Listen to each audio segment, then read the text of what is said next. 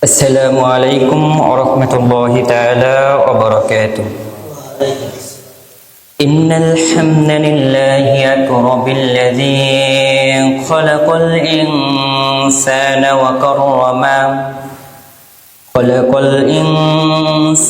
وكرما وعلمه من البيان ما لم يعلم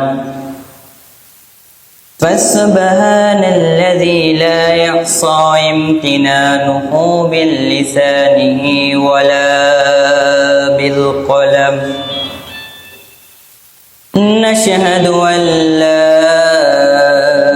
إله إلا الله وحده لا شريك له ونشهد أن سيدنا وحبيبنا ومولانا محمدا عبده ورسوله الذي أرسل رسوله بالحق بشيرا ونذيرا وداعيا إلى الله بإذنه وسراجا منيرا. فقد قال الله تعالى في كلامه المجيد والفرقانه الحميد. أعوذ بالله من الشيطان الرجيم. بسم الله الرحمن الرحيم. والذين يبيتون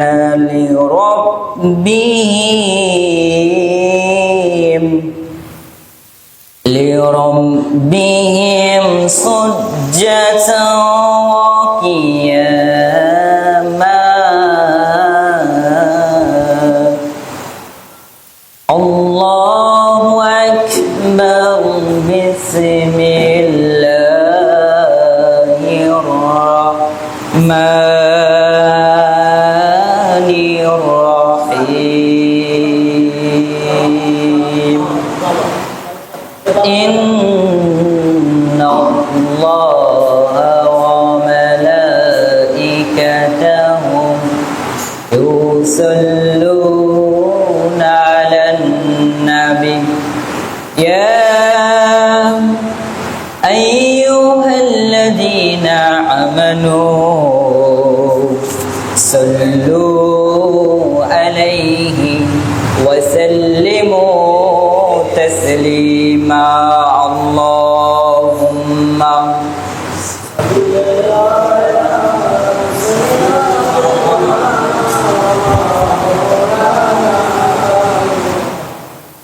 ولا لسيدنا شافينا محمد. আল্লাহ কি যে মধুর নাম হয়, ধরারে তামা সৃষ্টি কুল গাহি তাহারি গান। আল্লাহ আল্লাহ কি যে মধুর নাম হয়। আল্লাহুম্মা সাল্লি আলা সাইয়্যিদিনা মাওলানা মুহাম্মদ ওয়া আলা আলি সাইয়্যিদিনা শাফিয়ানা মুহাম্মদ। আলহামদুলিল্লাহ, সমস্ত প্রশংসার মালিক যে আল্লাহ রাব্বুল আলামিন সকল কাজ থেকে আমাকে আপনাকে ফারেক করে জুম্মার দিন মসজিদে আসার কিছু কথা বলার, শোনার তৌফিক দান করলেন। আমরা উচ্চ স্বরে শুকরিয়া আদায় করছি, সকলে জবান ছেড়ে বলছি আলহামদুলিল্লাহ। আরো লক্ষ কোটি দরুদ ও সালাম যিনি মানবতার মুক্তির দূত সাইয়্যিদুল মুরসালিন, যাকে আল্লাহ তাআলা বললেন খাতামান নাবিয়িন, তিনার পরে আর কোনো নবী আসবেন না, তিনি হচ্ছেন হযরত মুহাম্মদ মুস্তাফা সাল্লাল্লাহু আলাইহি ওয়াসাল্লাম। এই যে আমরা জুম্মার দিনে আসি, কেউ 4 রাকাত নামাজ পড়ে চলে যায়, কেউ বা জুমার দিন আসেই না, কেউ নামাজটাকে করেছে কি বছরে 2 বার, মানে 3 কোয়ার্টার মানে ফেলতেছে। তো মূল বিষয়টা এটা নয়। দুনিয়ার থাকতে গেলে দুনিয়াতে টাকা দরকার আছে, বাড়িরও দরকার আছে, আল্লাহ তাআলা ইবাদতও করার দরকার আছে। কিন্তু বিষয়টা হচ্ছে সারাদিন শুধু দুনিয়ার কাজকর্মই করে গেলাম, একবার চিন্তা করে দেখলাম না এখনই যদি মারা যায় আমার কি হবে। দুনিয়ার সফলতার জন্য সকাল বিকাল সন্ধ্যা কখনো রাত পর্যন্ত ছুটে যাচ্ছি, একবার ভাবে দেখছি না যে আমি কি সেই বান্দা হতে পেরেছি যেই বান্দা হলে আমার আল্লাহ তাআলাকে আমি পাবো। দুনিয়ার চিন্তায় আমি আপনি মগ্ন হয়ে গেলাম, দুনিয়ার চিন্তায় মগ্ন থেকে রবকে ভুলে গেলাম। শুধু রবকে ভুলে গেলাম তা নয়, আপনি যদি আপনার মালিককে নাও ডাকেন আপনার মালিকের কোনো সমস্যা হয়ে যাবে না, আপনার মালিকের বিন্দু পরিমাণ কোনো ক্ষতি হবে না। বাংলার জমিনের দিকে আপনি তাকান, বেশি দূর যাওয়া লাগবে না, এই যে আমার আপনার বাড়ির পাশেই কমরপুরের ওখানে শুধু তো রাম মন্দির করে নাই, রাম মন্দির করেছে এবং সোশ্যাল মিডিয়ায় আমাদের রাসূল সাল্লাল্লাহু আলাইহি ওয়াসাল্লামকে নিয়ে কটূক্তি করে। কটূক্তি করার সাহস কিভাবে পায়? এখন বিষয়টা দেখেন, ওখানে ম্যাক্সিমাম যা দেখবেন মুসলমানের সন্তান, যারা রাম মূর্তির কাজ করে ওরাও দেখবে মুসলমানের সন্তান। তাহলে মুসলমানের সন্তান যদি হিন্দুদের সাথে যদি যোগ দেয় তাহলে ওদের তো গলাবাজি করবেই। মুখে মুখে বলে হ্যাঁ আমরা আল্লাহর কাছে আছি, আল্লাহর দলে আছি, কিন্তু তারা তলে তলে যায় টাকার কাছে বিক্রি হয়ে দুনিয়ার মোহমায় পড়ে গিয়ে আমার রবকে শুধু মুখে বলিচ্ছে আমি আল্লাহ বলে স্বীকার করেছি, কিন্তু আল্লাহ যে কাজগুলো দিয়ে দিয়েছেন, বান্দা যে কাজগুলো করলে তুমি সফলতা লাভ করবে সেই কাজগুলো করে না। দেখেন মুসলমানের যে অনুষ্ঠানগুলো হয় তেমন কোনো কিন্তু নিরাপত্তা দেওয়া হয় না। আর অথচ হরিদাস পাল এত বড় একটা চক্র, দেশের শত্রু হওয়ার পরও তারপর কিছুদিন আগে জুম্মার দিনে গেছিলাম, জুম্মার দিনে যাওয়ার সময় দেখি 4 মাথা কমরপুর 4 মাথার ওখানে দেখি অনেক সেনাবাহিনী মোতায়েন করা, অনেক বাহিনী মোতায়েন করা, এবং তারা মুসলমানের সন্তান, তাদেরকে মন্দির পাহারা দেওয়ার জন্য রেখেছে এবং জুম্মার নামাজটা পড়ার জন্য সরকার সুযোগ দেয় নাই। তাহলে আপনি মুখে যদি বলেন বাংলাদেশটা ইসলাম কান্ট্রি, তাহলে কাজে তো দেখাতে হবে। মানে মুসলমানের সন্তানকে দ্বারা ইহুদিদের ধর্ম পাহারা দেওয়া হচ্ছে এবং তাদেরকে জুম্মার নামাজ পড়ার সময় পর্যন্ত দেওয়া হয় না যে তোমরা এখানে পাহারা দাও। তাহলে আপনি কিভাবে ভাবেন দেশে ইসলাম কায়েম হবে, যেখানে ঊর্ধ্বতন কর্মকর্তার দিকে তাকালে দেখা যায় নামাজের কোনো কর্মসূচি নাই, শুধু সাধারণ মানুষ নামাজ আদায় করে। কিন্তু ঊর্ধ্বতন কর্মকর্তার থেকে যদি নামাজ চলে আসতো সাধারণ মানুষ নামাজ পড়তে বাধ্য হইতো। যদি গাছের গোড়া ঠিক না থাকে আগাল ঠিক করে লাভ আছে? আপনি গোড়া কেটে দিয়েছেন, গাছের আগালে শুধু পানি ঢালিচ্ছেন, কোনো কাজ হবে না, গাছ কিন্তু কখনো বাঁচবে না। এই জন্য আমাদের মুসলমানের গোড়ার সমস্যা আছে, গোড়া ঠিক করতে হবে। আমার মূল কথা হচ্ছে আমরা তো মুসলমান দাবি করি, নিজেকে তো সকল ব্যবসায়ী দাবি করি, যদি ব্যবসা দাঁড়িয়ে যায়, কিন্তু আল্লাহ তাআলা এটা বলে দিচ্ছেন না না তুমি তো সফলতা নাও, তুমি সফল তখন হয়ে যাবে তোমার জীবনে যখন গুনার পরিমাণ কমে যাবে, নেক আমলের পরিমাণ বেড়ে যাবে, তখন বান্দা তুমি সফল হয়ে যাবে। নচেত তুমি কখনো সফল হতে পারবে না। সফল হতে গেলে আমাকে আপনাকে যেটা করতে হবে, গুনাহ কমে দিতে হবে। গুনাহ হবে না এটা কোনো বিষয় না, গুনাহ হবে, কিন্তু প্ল্যান করে কখনো গুনাহ করা যাবে না। আপনি প্ল্যান করে গুনাহ করলেন, আপনি জানেন এটা গুনার কাজ, এরপরও যদি গুনাহ করেন, এটাকে প্ল্যান করে করা, কারণ আপনি জানে গুনাহ করলেন। জানে কখনো গুনাহ করা যাবে না। এরপরও যদি আপনার যদি গুনাহ হয়ে যায়, আপনি কি করবেন? আল্লাহর যারা কাছের বান্দা তারা কি করে? আল্লাহর কাছে কান্নাকাটি করে, আল্লাহর কাছে মাপ চেয়ে নেয়। আল্লাহ রাব্বুল আলামিন বলেন, ওয়াল্লাযীনা ইয়াবিতুনা লিরাব্বিহিম সুজদাও ওয়া কিয়ামা। যারা আমার খুব কাছের বান্দা তারা যখন ভুল করে ফেলে দেয়, সবাই যখন রাত্রিবেলা ঘুমিয়ে যায়, তারা কি করে? আমার কাছে এসে সিজদায় নত হয়ে পড়ে যায়, পড়ে বলে, হায় রব্বুল আলামিন, আমরা তো গুনাহ করে ফেলে দিয়েছি, আপনি তো আলিমুল গায়ব বিযাতিস সুদূর, আপনি তো নিজেই বলে দিয়েছেন যদি আমার এই বান্দাগুলো গুনাহ না করতো, আমি সেই সব বান্দাকে আবার সৃষ্টি করতাম যারা গুনাহ করবে, আমার কাছে মাপ চেয়ে নেবে। আপনি গুনাহ করবেন, আমরা মাপ চেয়ে নেব কার কাছে? আর একটু জোরে বলবেন না, গুনাহ করার পর মাপ চাইবো কার কাছে? আল্লাহর কাছে। আল্লাহ আপনাকে দেওয়ার জন্য বুখারী শরীফের ভিতরে এসেছেন, রাসূল সাল্লাল্লাহু আলাইহি ওয়াসাল্লাম বলেন, ও আমার উম্মতেরা শোনো, তোমার আল্লাহ এমন আল্লাহ, সবাই যখন ঘুমিয়ে যায় আল্লাহ তখন জাগ্রত থেকে যায়। আল্লাহ তখন দুনিয়ার প্রথম আসমানে এসে ডাক দিয়ে বলেন, ও আমার কোন বান্দা আছো যারা পাপ করেছো, মাফ করে নিবা, আমার কাছে চেয়ে নাও।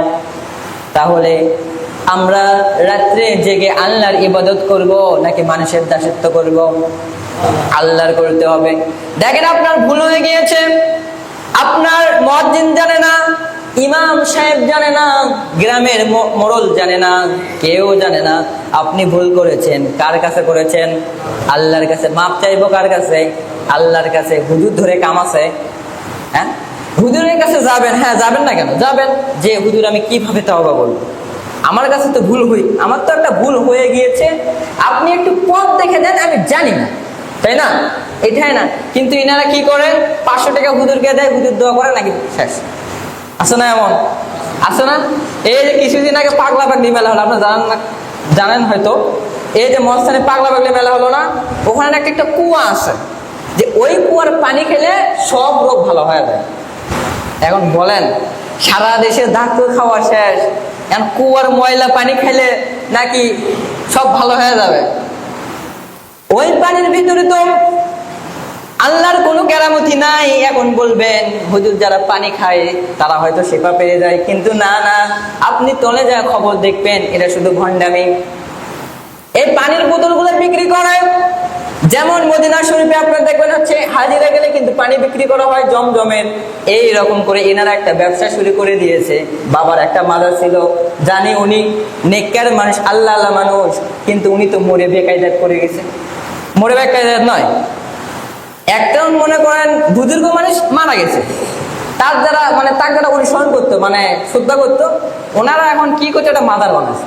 মাজার মানে ওনার নামে এখন ব্যবসা ফেলে। দেখছেন? মনে করেন আপনি একটা কোম্পানি খুলছেন, মানে কোম্পানিটা ভালো কাজের জন্য খুলছেন। এখন আপনার যারা ওয়ারিশ আছে, সন্তান আছে, নাতিপুতি আছে, ওনারা এখন ওই কোম্পানিটা মনে করেন নতুন করে সাজে অন্য ব্যবসা করছে, মানে অবৈধ ব্যবসা। আপনি কবর থেকে উঠে কিছু করতে পারবেন না, বেকায়দা না? মানে ওই আল্লাহর ওলির তো কোনো দোষ নয়। এখন অনেকেই আল্লাহর ওলিকে গালি দেয়, আল্লাহর ওলি কোনো দোষ নাই। তাহলে রাসূল সাল্লাল্লাহু আলাইহি সাল্লামকে নিয়ে যারা ব্যবসা করে, কটূক্তি করে, তাহলে রাসূল সাল্লাল্লাহু আলাইহি সাল্লামের দোষ? যাই গালি তার দোষ। উনি তো শুয়ে গেছেন, মারা গিয়েছেন, কিন্তু ওনার নামে মাজার করে ব্যবসা চালানো হচ্ছে। এগুলো ওর কাছে যাবেন না। আল্লাহ নিজেই বলে দিচ্ছেন, বান্দা তোমার খুব কাছে, আমি অনেক কাছে, তুমি যদি আমার রাস্তায় 1 পাও দৌড়ো, আমি তোমার দিকে 10 পাও এগিয়ে যাই। দেখো বান্দা, তুমি ঘুমাতো, সেখানে আমি জাগ্রত। তুমি ঘুমন্ত, সেখানে আমি জাগ্রত থেকে গেলাম। তোমার জন্য তোমার কি লাগবে? তোমার যদি কোনো কিছু লাগে আমার কাছে জানাইয়া দাও। তুমি যদি পাপ করে ফেলে দাও আমার কাছে বলে দাও, আমি তোমাকে মাফ করে দেব। তোমার যা চাওয়া পাওয়া সব কিছু আমরা কাকে জানাবো? আবার বলুন না, সব কিছু চাওয়া পাওয়া কাকে জানাবো? আল্লাহকে জানাবো। সর্বপ্রথম আপনার মনের আকাঙ্ক্ষা, মনের বেদনা, মনের কষ্টগুলো আপনি আল্লাহ তাআলাকে জানাই দিবেন। আল্লাহ রাব্বুল আলামিন আপনাকে হয়তো একটু কষ্টের ভিতরে রেখে দিয়েছেন, কিন্তু আপনাকে পরীক্ষা করিচ্ছেন। যারা আল্লাহ তাআলার প্রিয় বান্দা তাদের সাথে আল্লাহ তাআলা একটু পরীক্ষা করেন, মজার পরীক্ষা। কিরকম করে? আপনাকে ঘন ঘন বিপদ দেবে, দেখবে যে এই বান্দাটা কেমন, শক্ত নাকি, আমাকে বেশি ভালোবাসে নাকি, একে একটু পরীক্ষা করে দেখি। কিন্তু অনেকেই পরীক্ষা দিতে গিয়ে আউট হয়ে যায়, মনে করে আল্লাহ আমার ভালোই বাসেন, খালি এতই বিপদ দেয়, এতই দেয় রে, ওই পাশে আরেকজন আছে ওয়াক দেয় না কেন? আরে বাবা, তুমি তো বুঝলা না, তোমাকে তো আল্লাহ বেশি ভালোবাসেন, এই জন্য বেশি বেশি তোমাকে বিপদ দিয়ে দেন। কিন্তু যতই বিপদ আসুক আমরা কাকে স্মরণ করব? আল্লাহকে। আল্লাহ তাআলা বলে দিচ্ছেন, ওয়াল্লাযীনা ইয়াকুলুনা রাব্বানা সরিফ আন্না আযাবা জাহান্নাম ইন্না আযাবা কানা গরামা। জোরে বলি আল্লাহু আকবার। আল্লাহ তাআলা জানায় দিচ্ছেন, সেই সব বান্দাদেরকে আমি তো মাফ করে দিব যারা রাতের বেলায় ঘুম কাজা করে আমার কাছে মাফ চাওয়ার জন্য চলে আসে প্রাইভেট ভাবে। ধরেন আপনার এলাকার এমপি সাহেব আছে না, সাধারণভাবে আপনার সাথে যে রকম করে কথা বলে, কিন্তু এখন আপনি মনে করলেন না এই সাধারণ মানুষের মতো করে আমি কথা বলবো না, আমি একটু প্রাইভেট সিক্রেট যাব, আমি এমপির বাসায় চলে যাব, সুন্দর করে যা সমস্যা একা একা বলবো। তেমনি আল্লাহ তাআলা আপনাকে একটা প্রাইভেট কক্ষ দিয়ে দিয়েছেন। রাত যখন গভীর হয়ে যাবে 12টার পরের দিকে বা রাতের তৃতীয় অংশে 12টার পরের দিকে আপনি কি করবেন? এমনিই তো জাগনা থাকেন 12টা পর্যন্ত, অবশ্যই সুন্দর করে ওযু বানাবেন, ওযু বানাইয়া তাহাজ্জুদের নামাজ আদায় করে নেবেন। তাহাজ্জুদের নামাজ আদায় করে নিয়ে একা একা মগ্ন চিন্তে আপনার যা পাপ করেছেন ছোট্টবেলা থেকে যা মনে আছে সব বলবেন আল্লাহকে খুলে। কেউ থাকবে প্রাইভেট, কিন্তু আল্লাহ তাআলা আপনার জন্য কি হয়ে গেলেন? প্রাইভেট সিক্রেট হয়ে গেলেন। আল্লাহ বলেছেন, দেখো তোমার জন্য বানাই প্রাইভেট হয়ে গেলাম, সারাদিন তো পাবলিক থাকি না, এখন দেখো মাঝরাতে সবাই ঘুমাচ্ছে, তুমি একা একা চাও, তোমার যা কষ্ট তুমি একা একা বলো আমার কাছে। আল্লাহ বলেছেন, বান্দা তুমি দাঁড়াইয়া যাবা, দণ্ডায়মান হয়ে যাবে। এই আয়াতে তাই বলেছে, দণ্ডায়মান হয়ে যাবা। দণ্ডায়মান হয়ে যাবা, কিভাবে দণ্ডায়মান হবেন? নামাজকে দণ্ডায়মান বুঝাচ্ছেন। দণ্ডায়মান এমন হয়ে যাবেন, সুন্দর করে ওযু বানায় নেবেন আল্লাহ দরবারে সুন্দর করে। আল্লাহ তো আল্লাহর জন্য একটা আয়াত নাযিল করে দিয়েছেন, আলহামদুলিল্লাহি রাব্বিল আলামিন আর-রাহমানির রাহিম মালিকি ইয়াউমিদ্দিন ইয়্যাকা না'বুদু ওয়া ইয়্যাকা নাস্তাঈন ইহদিনাস সিরাতাল মুস্তাকিম সিরাতাল লাযীনা আন'আমতা আলাইহিম গায়রিল মাগদুবি আলাইহিম ওয়ালাদ-দাল্লিন। বান্দা, এই যে আমার আয়াত সুন্দর করে তখন তুমি পাঠ করো, মনে করো আমি আল্লাহ উত্তর দেই না, কিন্তু না বান্দা, আমি উত্তর দেই। তুমি যখন বললা আলহামদুলিল্লাহি রাব্বিল আলামিন, আমার প্রশংসা করলা, আমি শুনিচ্ছি, আমি ভাবিচ্ছি, এরপরে তুমি কি বলো? আর-রাহমানির রাহিম মালিকি ইয়াউমিদ্দিন। এইরকম করে বান্দা যখন তুমি বললা ইয়্যাকা না'বুদু ওয়া ইয়্যাকা নাস্তাঈন, এরকম করে গায়রিল মাগদুবি আলাইহিম ওয়ালাদ-দাল্লিন পর্যন্ত যখন বললাম, আমি আল্লাহ উত্তর দিয়ে দিচ্ছি, কিন্তু তোমার শোনার ক্ষমতা নাই। আমি আল্লাহ বলে দিচ্ছি, ও আমার বান্দা, নামাজের ভিতরে এমন প্রেমের খেলা খেললি রে যান। নামাজের শুরু থেকে শেষ পর্যন্ত যখন আপনি নামাজ শেষ করলেন, আল্লাহ বলে দিচ্ছেন, ও আমার বান্দা, যা তোর মনে যত চাওয়া পাওয়া সবগুলো আমাকে বলে দিলি রে, আমি আল্লাহ রাব্বুল আলামিন সবগুলো কবুল করে নিলাম। দেখেন, আপনি মনে করেন সূরা ফাতিহা না হুজুর লম্বা করলে আরে হুজুর শেষ করে না কেরে, এত লম্বা নামাজ পড়া যায় না, ভিউ নিয়েন বাকি আছে। এখন বলেছেন যে এত লম্বা করছে কেন, কিন্তু কাল কিয়ামতের দিনে বলবেন হাই রে হুজুরের কথা যদি শুনে মানে আজকে কি ভাগ্যবান হয়ে গেলে মানে, হ্যাঁ সামান্য 5,000 গাড়ির জন্য 10 কোটি টাকা গাড়ির জন্য এত কষ্ট করছি, আর আজকে 10টা পৃথিবীর সমান একটা জান্নাত এরা পাওয়া যাচ্ছে চোখের সামনে, আর আমি পাচ্ছি না, হতভাগা। আফসোস করে লাভ নাই, সুযোগ কিন্তু দিয়ে দিয়েছেন, আবার কিন্তু সুযোগ দেবে না। একবার সুযোগ দিয়ে দিয়েছেন, আপনাকে ভালো মন্দ সব রাস্তায় দেখে দিয়েছেন। মনে করেন এই যে আপনার হাজিপাড়া রাস্তা, 2টা রাস্তা আছে, এই সাইডে একটা রাস্তা, আবার ওই সাইডে ধরেন একটা মানে জমির রাস্তা আছে ওইটা দিয়ে। এখন আপনি বলেছেন হুজুর আপনি এই পাকেও যেতে পারবেন, এই পাকেও যেতে পারবেন, তবে 2টা রাস্তা 2টা গুণ আছে। একটা রাস্তা হচ্ছে সুন্দর করে চ্যাপ্টা আছে, আপনি গাড়ি নিয়ে সুন্দর করে যেতে পারবেন, আর একটা রাস্তা হচ্ছে আপনাদের জুতা খুলে কাদর ভিতর দিয়ে যাওয়া লাগবে। কোনটাই যাবেন? কোনটায় যাবেন? এটা তো বুঝলেন ভালোটা, কিন্তু আল্লাহ তাআলা সেম পদ্ধতি বলেছেন বান্দা দেখো তোমার যে 2টা হাত 2টা রাস্তা দিয়েছি, একটা ডান আর একটা বাম, তুমি ডানে গেলে পাবে জান্নাত, বামে গেলে পাবে জাহান্নাম। কোনটাই যাবা যাও, যাও কোনটাই যাবা যাও। মনে করেন এক সাদা বলে যাচ্ছে বাবা তুমি কোনটাকে যাবা যাও, 2টা রাস্তা আছে, হ্যাঁ বোঝো।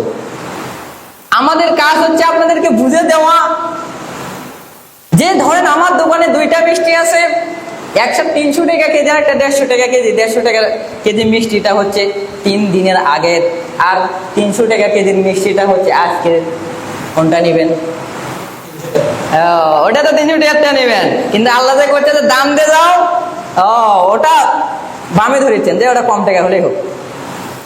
তাহলে আল্লাহ বলে দিলেন তোমার নিকটে আমি আছি বান্দা, তুমি আমাকে ডাকো, তুমি মানুষের দিকে যাও না, কোনো হুজুরের দিকে যাও না। হ্যাঁ হুজুরের দিকে যাবেন, হুজুর যেটা ভালো বলবে ওটা মানবেন, হুজুর যেটা খারাপ বলবে ওটা মানবেন না। অনেক হুজুর কিন্তু আছে, এই যে কিছুদিন আগে আপনাদের ফুটবল খেলা আসে নাই, হুজুর এখন ভাইরাল হওয়ার চিন্তায় কি করছে যে হচ্ছে আর্জেন্টিনা ব্রাজিলের পক্ষে ওয়াজ করছে। এখন বলেন ওই হুজুরটা কি মানা যাবে? এখন বলেছে আর্জেন্টিনা ভালো, আল্লাহ দল, এরা আল্লাহর সাথে বেঈমানি করেনি। কেরে বাবা ওরা তো সরাসরি কাফের নাস্তিক, তা ওদের পক্ষে তুমি কথা বলে তুমিও তো নাস্তিক হয়ে গেলে। ওরা টুপি ছাড়া নাস্তিক আর তুমি টুপি পরে নাস্তিক। কথা কি ভুল বললাম আমি? খেলা রাসূলুল্লাহ সাল্লাল্লাহু আলাইহি ওয়াসাল্লামের সময় ছিল, খেলা ছিল, বিনোদন ছিল, ইসলামও বিনোদন দিয়েছে। কিভাবে দেখেন, নামাজও কিন্তু একটা ব্যায়াম। আপনি এখন মনে করছেন আরে কষ্ট করে নামাজ পড়ি, কপালটা এখানে লাগাই, মাঝে মাঝে বাড়ি খাই, ভালো লাগে না, কপাল ব্যথা হয়ে গেল। কিন্তু মেডিকেল সায়েন্স বলছে যে আপনারা এই যে নামাজ পড়ার সময় নামাজ পড়ছেন না, ওনারা প্রমাণ করেছেন যে মুসলমানরা যখন নামাজ পড়ে তখন তাদের একটা ব্যায়াম হয়ে যায়। কোনো বান্দা যদি 5 ওয়াক্ত নামাজ পড়ে আর সারাদিন ব্যায়াম না করলেও চলবে। বুঝছেন? আমেরিকার মানুষেরা সকালবেলা কি করে জানেন? ব্যায়াম করে। আর আমরা যে আল্লাহ তাআলা ফজরের নামাজ দিয়েছেন ওরও আগে আমাদের ব্যায়াম হয়ে যায়। বলেন আল্লাহ সবকিছু দিলেন, করতে তোমার ব্যায়াম করা নাই করে এতগুলো টেকাতে পার করে যাও, তোমার না একবার লাই বেশি নয়, তোমার মসজিদ আছে, আমার ইবাদতও হবে, তোমার শারীরিক সুস্থতাও হবে। আপনি আমি যখন নামাজে দাঁড়িয়ে গেলাম, নামাজে দাঁড়িয়ে যখন এই যে হাতগুলো বাঁধলাম, এই যে হাতের 2 হাতের 2টা কিন্তু জোড়া আছে, এর ভিতরে কিন্তু কেমিক্যাল আছে, যেটাকে আমরা কি বলি, এর ভিতরে কি থাকে না এগুলো, মানে গরুটা কিন্তু ভালোই বোঝায় ক্যালসিয়াম, যেটা এই ক্যালসিয়াম যদি আপনি এইরকম করে যদি 1 মাস দিয়ে দেন, হাত কিন্তু নড়াতে পারবেন না, নড়ানো সম্ভব নয়। দেখেন আপনি এইরকম করলেন, হাত বাঁধলেন, এগুলো নড়াচড়া করছে, আপনার ক্যালসিয়াম গুলো সচল থাকছে, রক্তগুলো চলাচল করছে। আপনি যখন রুকুতে চলে গেলেন, সিজদায় চলে গেলেন, এই যে আপনার মেরুদণ্ডটা সচল থাকে গেল, আপনার পায়ে যে মালয় আছে না, হাঁটুর যে মালয়, এগুলো সচল থাকলো। দেখেন কত কত উপকার দিয়ে দিয়েছেন আল্লাহ তাআলা। আল্লাহ তাআলা বলেছেন দেখো বান্দা তুমি পাপ করেছো, আমার কাছে মাপ চেয়ে নিবে। তাহলে 1 নম্বর আমার কথা হচ্ছে আমাদের ভুল হয়ে যাবে, কিন্তু ভুল হওয়ার পরে আমরা কি করব? আল্লাহ তাআলার কাছে মাপ চেয়ে নেব, কোনো মানুষের কাছে নয়। তারপর আল্লাহ তাআলা জানায় দিচ্ছেন ওয়ামিনাল লাইলি ফাতাহাজ্জাদ বিহি নাফিলাতু লাকা আসা আন ইয়াফআসাকা রাব্বাকা মাকামান মাহমুদা। তারা যারা আমার খুব কাছের বান্দা, তারা রাতে কখনো রাতে তারা কি করে, ঘুম নাগে জাগ্রত থাকে, আমার কাছে চেয়ে নেয়, তাহাজ্জুদের নামাজ আদায় করে। তাহলে তাহাজ্জুদের নামাজ আদায় করবেন। যেই বান্দার তাহাজ্জুদের নামাজ সচল আছে, সেই বান্দার কখনো 5 ওয়াক্ত নামাজ কাজা হবে না। এরপর আল্লাহ তাআলা জানাই দিচ্ছেন ওয়ামান আ'রাদা আন যিকরি ফাইন্না লাহু মাঈশাতান দানকা ওয়া নাহশুরু ইয়াওমাল কিয়ামা আমায়া। আল্লাহ তাআলা জানাই দিচ্ছেন যারা আমার জিকির করবে না, তাদের আমি কাল কিয়ামতের দিন একটা কাজ করব, তাদের 2টা চোখ অন্ধ করে দেব। এই যে আয়াত, গতকাল যখন আমি এগুলো নিয়ে স্টাডি করতেছিলাম, চোখ দিয়ে পানি চলে যাচ্ছে। চিন্তা করে দেখেন, দুনিয়াতে যাদের চোখ নাই তারা কিভাবে চলে, আর কাল কিয়ামতের দিনে এই সুন্দর 2টা চোখ আল্লাহ তাআলা সুন্দর করে দিয়ে দিয়েছেন। আল্লাহ তাআলা কঠিন ভাবে 2টা শব্দ বলে দিচ্ছেন এখানে, বান্দা তুমি আমাকে ভুলে যাবা, আমার জিকির করবা না, আমাকে ডাকবা না, কাল কিয়ামতের দিনে বান্দা তোমাকে আমি কি করব, তোমার 2টা চোখ অন্ধ করে দেব। তুমি যখন আমাকে জিজ্ঞাসা করবা, হায় রব্বুল আলামিন, আপনি তো আমাকে দুনিয়াতে 2টা সুন্দর চোখ দান করেছিলেন, কিন্তু আজ তো আমি চোখ দিয়ে দেখছি না, আমার চোখগুলো গেল কই? তখন আল্লাহ তাআলা বলে দেবে, বান্দা মনে করে দেখো, দুনিয়াতে আমার জিকির করো নাই, আমাকে ডাকো নাই, এই কারণে আমার কোরআনের আয়াত অনুযায়ী তোমার 2টা চোখ আজকে অন্ধ করে দিয়ে দিয়েছি। এটা তো 1 নাম্বার গেল। 2 নাম্বার ভয়ঙ্কর কথা আল্লাহ তাআলা বলেছেন, বান্দা 2 নাম্বার তোমার কি সমস্যা করবো জানো? দুনিয়াতে তোমার সব থাকবে কিন্তু শান্তি থাকবে না। টাকা আছে, বাড়ি আছে, গাড়ি আছে, সম্মান আছে, সব কিছু আছে, জমি আছে, সব কিছু আছে, দেখার মতো মানুষ নাই, শান্তি পাচ্ছেন না। বগুড়ার মামরিনে গেলেন, এইদিকে কুইন পার্ক আছে, এইদিকে রাবেয়া পার্ক আছে, যত সুন্দর সুন্দর জায়গা আছে আপনি চলে যান না কেন, হিমালয়ে চলে যান, কোনো সমস্যা নাই, পুরো পৃথিবী বান্দা তুমি ঘোরো, কিন্তু তোমার থেকে আমি শান্তি তুলে নেব। তুমি আমাকে ভুলে যাবা, মনে করছো আমি তোমাকে খুব সুন্দর করে রাখবো, না না না, দুনিয়াতে সব দিয়ে দেব, একটা মাত্র জিনিস কেড়ে নেব বান্দা, সেটা হচ্ছে শান্তি। গরিব মানুষের দিকে তাকান আপনি, যাদের অর্থ সম্পদ কম এরা কিন্তু চিন্তা কম, যাদের অর্থ সম্পদ কম এদের চিন্তা কম না? অবশ্যই কিন্তু চিন্তা কম, যে আমার টাকা পয়সা নেই, অত চিন্তা নেই, চোর আলে আসে শুধু ঘুম পাড়ো, কিছু হবে। কিন্তু যাদের অর্থ সম্পদ আছে, এই যে আমার বর্তমানে এতদিন ছিল না, ব্যাংকের একটা অ্যাকাউন্ট আছে, 40 থেকে 50 হাজার টাকা ব্যাংকে রাখা আছে পড়াশোনা করার জন্য। মাঝে মধ্যে চিন্তা হয়, আল্লাহ ব্যাংকের কি টাকা আসে না গেছে, চিন্তা হয় না? অনেক ব্যাংকে টাকা মারা যায় না, চিন্তা হয়, কিন্তু টাকা পয়সা থাকলে অবশ্যই কিন্তু চিন্তা হয়। তাহলে দেখেন, যত অর্থ বাড়বে অত চিন্তা বাড়বে। কিছু কিছু মানুষ কিন্তু তাদের ধন সম্পদ বেড়ে যাওয়ার কারণে চিন্তা বেড়ে যায়, আর এই চিন্তার থেকে ব্রেন স্ট্রোক করে, বুঝছেন? তাহলে যার অর্থ সম্পদ কম কিন্তু ভালো আছে, শান্তি আছে না, আরামসে শুয়ে খায় ঘুম যাবে। তাহলে বললেন বান্দা অর্থের প্রয়োজন আছে, কিন্তু যতটুকু প্রয়োজন অতটুকুই থাকো, তুমি ওপরে উঠো না, লাফালাফি করো না। তুমি বান্দা যদি আমাকে ভুলে যাও, তাহলে আমি কি করব? আমিও তোমাকে ভুলে যাব। ভুলে গিয়ে 2টা কাজ করব। 1 নাম্বার কাজ হচ্ছে তোমার দুনিয়ার থেকে আমি শান্তি তুলে নেব। 2 নাম্বার কাজ হচ্ছে বান্দা তোমাকে কাল কিয়ামতের দিনে আমি অন্ধ করে তুলব। আসুন, এখন মূল কথা হচ্ছে, আমি 2টা কথা বললাম। 1 নাম্বার আপনার পাপ হয়ে যাবে, পাপ হলেই জানা অজানা পাপ হতেই পারে। এমনও পাপ করেছেন মানুষ জানে না, বলাও সম্ভব না। আপনি তাহাজ্জুদের নামাজ পড়ে কাকে বলে দেবেন? আল্লাহকে বলে দেবেন। 2 নাম্বার কাজ হচ্ছে আমরা কখনো আল্লাহ তাআলাকে ভুলে যাব না, যতই বিপদ আসুক। ভোলা যাবে না। দুনিয়া তো ক্ষণিকের সময়। কিভাবে ক্ষণিকের সময়? হাদিসের ভিতরে পাওয়া যায়, যখন আপনি মৃত্যুবরণ করবেন, কিয়ামতের দিনে যখন তোলা হবে, যখন আপনাকে জিজ্ঞাসা করা হবে তুমি কতদিন ঘুমাইয়াছিলে, তখন আমি আপনি নিজ থেকেই বলে দেবো মাত্র একদিন বা এর থেকে বেশি। তাহলে এখন বলেন, এত কিছু যে কাটাইলাম, সেদিন যা বলবো কি একদিন। তাহলে এটার কোনো দাম আছে? কোনো দাম নাই। ভাববেন মরে গেলে গেলাম, আল্লাহর প্রতি মরি, সমস্যা করে। আলোচনা লম্বা করার সময় নাই। ইনশাল্লাহ দুইটা আমল করবেন। নাম্বার 1 হচ্ছে পাপ করলে মাপ চেয়ে নেবেন আল্লাহর কাছে। 2 নাম্বার কাজ হচ্ছে সর্ব অবস্থায় জিকির করবেন কার? আল্লাহ জিকির করবেন। আল্লাহ তাআলাকে কখনো ভুলে যাবেন না। স্ত্রী, সন্তান, নাতি, পুতি যত কিছুই থাক, সবচেয়ে কাকে বেশি ভালোবাসবেন? আল্লাহ তাআলাকে।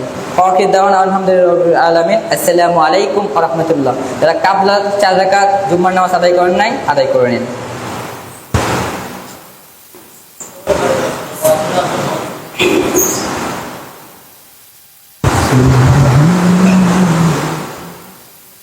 Thank you.